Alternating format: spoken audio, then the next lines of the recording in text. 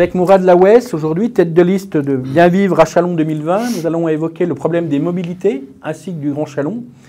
Et tout d'abord, Monsieur Mourad Lawess, vous avez évoqué tout à l'heure un plan vélo. Est-ce que vous pouvez nous revenir sur la place des cyclistes ainsi que la place des piétons dans notre ville? Vous ne voulez pas supprimer la voiture? Non. Non, nous ne voulons pas supprimer la voiture. Ce que nous souhaitons, c'est que la place de la voiture se réduise d'elle-même parce qu'il y a une offre à côté. C'est cette offre que nous voulons promouvoir. Nous ne voulons pas supprimer la voiture puisque nous sommes dans un territoire aussi difficile à supprimer. Mais la voiture, de toute façon, nous en aurons toujours besoin. Mais le principal problème, c'est qu'aujourd'hui, il y en a trop. Il y en a trop, même si on oublie le changement climatique, même si on oublie toutes ces questions de pollution, les routes sont quand même saturées. Par conséquent, il nous faut penser autrement le déplacement.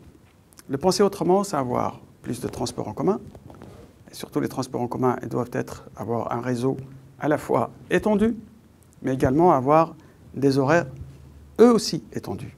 Commencer tôt et finir tard. Donc tout ça, voir également, bien entendu, avec la population, quels sont les besoins, adapter les véhicules gros ou petits selon l'horaire, selon l'endroit. Voilà, donc il y a le côté du transport en commun, parce que la mobilité, ce n'est pas que tel ou tel vecteur de déplacement, c'est vraiment un tout. Et surtout, nous souhaitons avoir également un plan de déplacement piéton, y compris les PMR, parce que nous ne souhaitons pas avoir avec les personnes à mobilité réduite une catégorie à part. Ce sont des personnes, des citoyens à part entière, donc nous les intégrons avec les piétons. Donc nous souhaitons que ce plan piéton et vélo soit un plan qui facilite l'accessibilité de tous, qui protège du plus fragile au moins fragile. Ce qui veut dire que nous mettrons la sécurité sur le piéton, la personne à mobilité réduite, en particulier les plus fragiles comme les enfants et les personnes âgées, ensuite vers les cyclistes, les trottinettes et tout le reste, et enfin le véhicule motorisé, puisque c'est finalement le plus dangereux dans un partage de la route. Vous avez parlé des PMR, M. Lawess. Oui. Vous êtes utilisateur régulier de la gare, je crois. Oui. Du train, du moins. Oui. Donc vous vous rendez à la gare régulièrement. Et la gare de Châlons, pour les personnes à mobilité réduite, c'est extrêmement difficile. Il faut faire un appel à un agent de la SNCF, si J'y viens. Sont bons. Alors qu'à Villefranche-sur-Saône, ville beaucoup plus petite, qui n'est pas dans la même région, il y a 4 ascenseurs.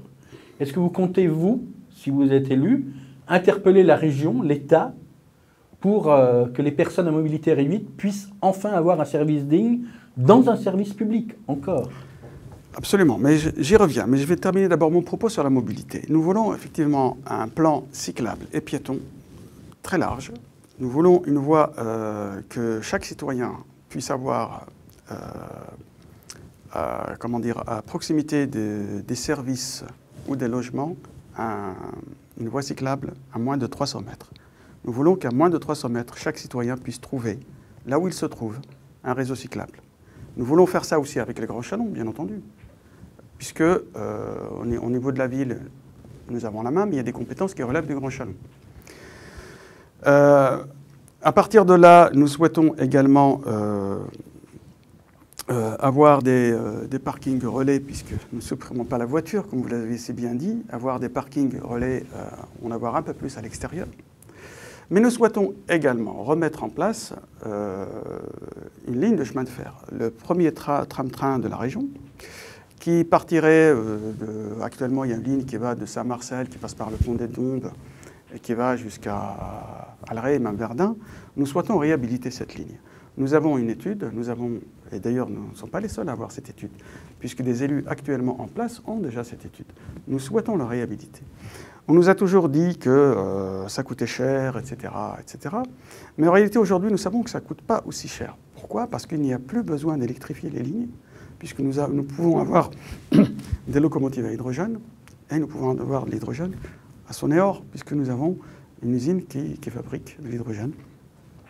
Donc nous avons les moyens aujourd'hui d'avoir un tram-train, et ce ne sera pas le seul. Cette idée a vocation à se développer. Voilà pour ce qui concerne la mobilité. puisqu'on parle de tram-train, on parle aussi de train et donc de la gare. Donc je reviens du coup à votre question. La gare aujourd'hui, beaucoup d'acteurs se renvoient la balle en disant oui, voilà, c'est compliqué, c'est cher, c'est X qui doit faire, c'est Y qui doit faire. Alors qu'il existe des solutions alternatives. Nous pouvons mettre en place une passerelle, et même si on ne crée pas une deuxième passerelle, la passerelle actuelle, nous pouvons la rénover pour mettre des ascenseurs qui fassent le lien entre la passerelle actuelle et les quais. Et il existe une solution alternative qui permet de passer par la gare routière et qui permet de construire cette passerelle. Donc avec une structure légère qui permettent d'accéder aux quais pour les personnes à mobilité réduite, mais également pour les personnes âgées qui ne peuvent pas transporter de grosses valises. Parce qu'actuellement, la gare, c'est évidemment très difficile. Il faut de l'aide pour aller de la gare vers les voies. Voilà pour ce qui concerne l'accessibilité de la gare. Pour l'accessibilité des personnes à mobilité réduite en général, pour l'avoir testé moi-même en fauteuil roulant suite à un accident, je sais que c'est très difficile. Il y a évidemment des trottoirs assez larges, mais et parfois ils ne sont pas assez larges, donc il faut les adapter. S'il le faut, parfois on ne peut pas agrandir un trottoir, donc il faut transformer la rue. Quand on ne peut pas agrandir un trottoir, transformer la rue en une rue de partage, donc avec vitesse réduite, pour qu'il y ait un partage entre piétons, PMR et cyclistes.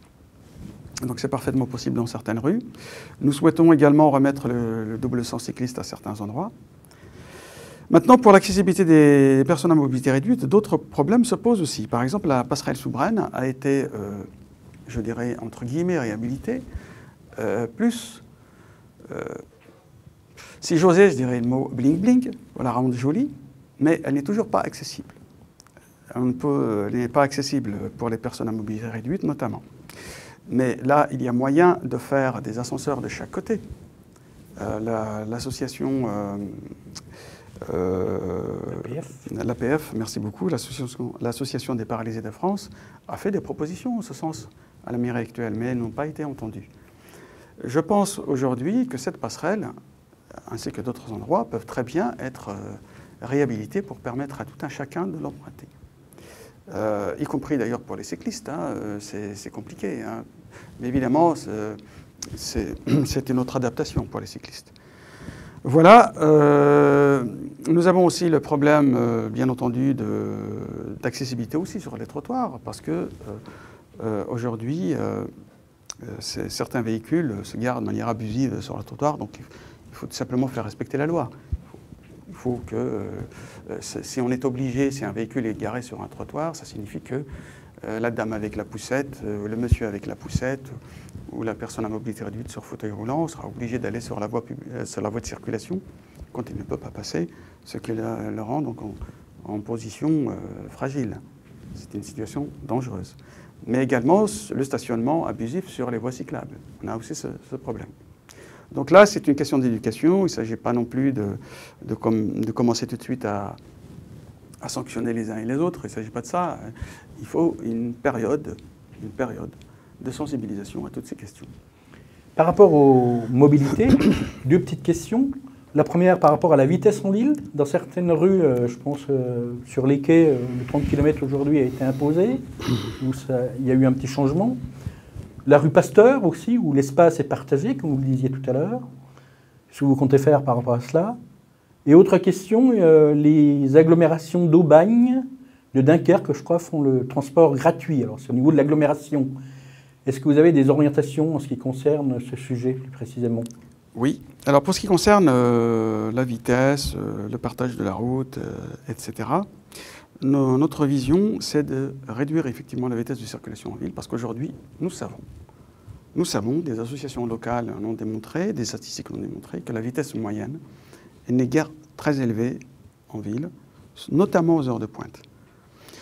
Alors pourquoi ne pas mettre une zone 30 sur un périmètre de la ville assez large, réduire la vitesse à 30, à certains endroits à 20, parce que c'est des zones de partage. Les zones de partage doivent être à 20, comme à la rue Pasteur, par exemple. Mais pas seulement, parce qu'il y a aussi des quartiers comme à Bellevue, où les zones de partage sont nécessaires. Parce que, aussi bien pour la circulation que pour le stationnement des véhicules qui sont sur place. Limiter la vitesse à 30 permet d'avoir une circulation fluide, permet aussi de supprimer les feux, qui coûtent aussi très cher à la ville. Oui, nous souhaitons avoir une zone 30 assez étoffée en ville, qui puisse effectivement permettre une circulation plus fluide, donc moins bruyante, avoir moins de feux. Tous les feux inutiles, on devrait pouvoir les supprimer et récupérer des charges de fonctionnement pour la ville. Parce que nous avons besoin de récupérer des charges de fonctionnement. Et d'ailleurs, pendant que j'y suis, pas seulement là-dessus. Les charges de fonctionnement qui nous coûtent le plus cher, parmi ces charges de fonctionnement, il y a le chauffage des bâtiments, des bâtiments municipaux, des bâtiments publics. Il y a également l'éclairage, il y a également les climatisations en cas de forte chaleur. Donc, toutes ces charges, nous pouvons les baisser. Là, nous avons la main, c'est pour ça que nous avons un vrai plan de réhabilitation des bâtiments. Nous allons investir massivement sur la réhabilitation des bâtiments publics, mais aussi accompagner la réhabilitation des bâtiments privés. D'accord ? Donc ça, c'est un procédé différent. Mais sur les bâtiments publics, nous avons l'intention de réhabiliter le parc public pour justement baisser les charges de fonctionnement. Et ces charges de fonctionnement, ces économies que nous ferons, nous les utiliserons différemment. Nous les utiliserons par exemple pour le revenu minimum qui permet, garanti, qui permet de sortir de la pauvreté extrême, pour faire la chasse aux difficultés que sont les revenus qui sont sous le seuil de pauvreté. Nous voulons que plus aucun Chalonnais ne vive sous le seuil de pauvreté. Nous souhaitons aussi redonner du fonctionnement aux associations qui sont un vrai lien social, parce que le moins 25% qu'a fait le maire actuel, un petit peu pour tout le monde de la même manière, alors que les difficultés ne sont pas les mêmes, alors que les fonctionnements ne sont pas les mêmes. Il y a des associations qui ont des salariés, d'autres qui ont besoin de matériel. Il faudrait revoir les critères d'attribution des subventions, les voir avec les associations, bien entendu, et leur redonner les moyens de fonctionner. Les associations humanitaires, par exemple, qui font un boulot formidable, qui passent leur temps à héberger des gens qui sont dans la rue, qui passent leur temps à accueillir des migrants, ces associations-là, ce sont les moins loties pour ce qui concerne les subventions. Donc nous devons effectivement trouver des moyens d'aider toutes les associations chalonnaises relativement au travail qu'elles font. La gratuité des transports publics, monsieur La gratuité, j'allais oublier. Nous pensons qu'il faut aller vers la gratuité progressive. Nous ferons le nécessaire au Grand Chalon pour aller vers la gratuité progressive des transports publics. Parce que, outre le fait que ça encourage à prendre le transport, bien entendu, mais aussi, ça crée aussi du lien social. Nous le savons d'après une étude qui a été faite à Dunkerque. Alors maintenant, la gratuité, il faut quand même faire attention, parce que nous ne souhaitons pas seulement la gratuité, nous souhaitons aussi des réseaux de transport de qualité. Parce qu'un transport payant ou gratuit ne sera pas efficace s'il n'est pas de bonne qualité. Donc il y a la qualité des véhicules, évidemment, mais il y a aussi la qualité du réseau. Il faut que ce soit un réseau qui soit, comme je l'avais dit tout à l'heure, étendu sur le plan géographique, mais également sur le plan chronologique, sur les horaires. Nous allons faire un peu de prospective, M. Lawes. Oui. Tout le monde aujourd'hui se réclame plus ou moins d'écologie, de transition écologique, ça figure dans l'ensemble des programmes. Oui. Vous risquez de vous retrouver au soir du premier tour en seconde position. Vous aurez une responsabilité énorme à l'égard de vos challengers, je préfère ce terme adversaire. Est-ce que vous avez une petite réflexion et quelques mots, car nous avons bientôt terminé? Quelques mots. Soir du second tour. Premier tour déjà. Soir du premier tour. Premier tour. Oui, bien sûr, nous portons une responsabilité, parce que notre responsabilité première, c'est la transition écologique, citoyenne et solidaire du territoire. Alors si nous pouvons la faire avec les autres collègues, ce sera évidemment avec plaisir, parce que c'est ça qui compte en premier lieu. Ce ne sont pas les étiquettes ou les individus. Ce qui compte en premier lieu, c'est vraiment le territoire lui-même. À partir de là, évidemment, c'est ouvert. Hein. Donc là, je ne vais pas te dire, je vais fermer la porte à X ou Y. Ce sera peut-être plus difficile avec le Rassemblement national, mais disons qu'il est clair aussi que ce sera difficile de faire quelque chose avec le maire actuel. Pourquoi ?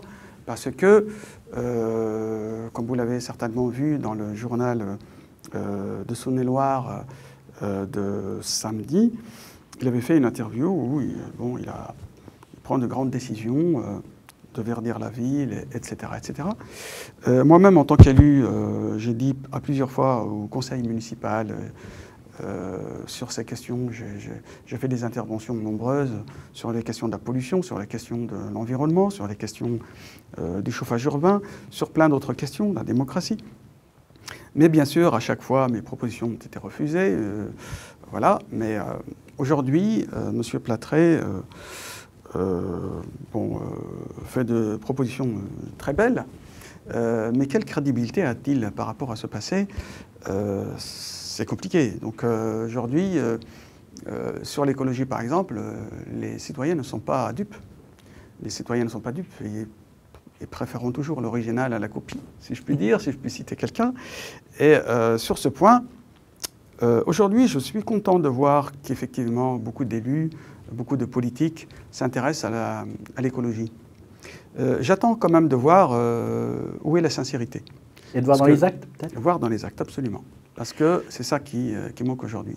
Et les actes, il faut laisser le temps de les faire. Or, on arrive en fin de mandat. Alors, M. Plattret, je ne sais pas s'il est sincère ou pas, mais j'attends de voir ces actes. Et aujourd'hui, les seuls, finalement, qui portent un véritable plan, un véritable changement sur cette question, c'est Bien Vivre à Châlons 2020. C'est nous. Nous remercions M. Mourad Lawess, tête de liste de Bien Vivre à Châlons 2020, qui est l'une des rares têtes de liste dans une grande ville, avec son collègue, M. Graffard, au Creusot, qui conduit également une liste écologiste dans cette ville de plus de 20 000 habitants. Merci. Merci à vous.